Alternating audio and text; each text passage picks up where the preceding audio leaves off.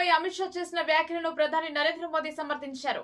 అంబేద్కర్ ను అవమానించిన కాంగ్రెస్ చీకటి చరిత్రను అమిత్ షా బహిర్గతం చేశారని, దీంతో హస్తం పార్టీ ఉలిక్కి పడిందని ఎద్దేవా చేశారు. కాంగ్రెస్ కొన్నేళ్ల పాటు దేశంలో అధికారంలో ఉన్నప్పటికీ ఎస్సీ ఎస్టీల సాధికారత కోసం ఏం చేయలేదని ఆరోపించారు.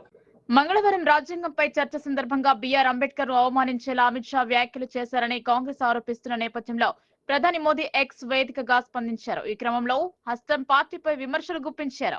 అంబేద్కర్ వారసత్వాన్ని తుడిచిపెట్టడానికి, ఎస్సీ ఎస్టీలను కించపరచడానికి రాజవంశం నేతృత్వంలోని ఒక పార్టీ ప్రతి డర్టీ ట్రిక్స్ ఎలా చేస్తుందో దేశ ప్రజలు పదే పదే చూస్తున్నారని మోదీ విమర్శించారు. కాంగ్రెస్ నేతలు వ్యాప్తి చేసే అబద్దాలు వారి పరిపాలనలోని ఆకృత్యాలను దాచగలవని భావిస్తున్నారని, అందుకే ప్రజలు వారిని తీవ్రంగా తప్పు పడుతున్నారని ఎద్దేవా చేశారు. గత దశాబ్ద కాలంగా డాక్టర్ బాబాసాహెబ్ అంబేద్కర్ ఆశయాలను నెరవేర్చేందుకు మా ప్రభుత్వం అవిశ్రాంతంగా కృషి చేసింది.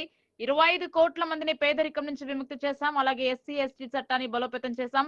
స్వచ్ఛ భారత్, పీఎం ఆవాస్ యోజన, జల్ జీవన్ మిషన్, ఉజ్వల యోజన వంటి కార్యక్రమాలను గత 10 ఏళ్లలో చేపట్టాం. పేద అట్టడుగు వర్గాలకు సంక్షేమ పథకాలను అందించాం. అంబేద్కర్ తో అనుబంధం ఉన్న 5 ప్రసిద్ధ ప్రదేశాలైన పంచతీర్థాన్ని అభివృద్ధి చేసేందుకు మా ప్రభుత్వం కృషి చేస్తుంది. దశాబ్దాలుగా చైత్ర భూమికి సంబంధించిన సమస్య పెండింగ్ లో ఉంది. మా ప్రభుత్వం సమస్యను పరిష్కరించింది. అంతేకాదు నేను స్వయంగా అక్కడ ప్రార్థనకు వెళ్లాను అని ప్రధాని మోదీ ఎక్స్ లో పోస్ట్ చేశారు.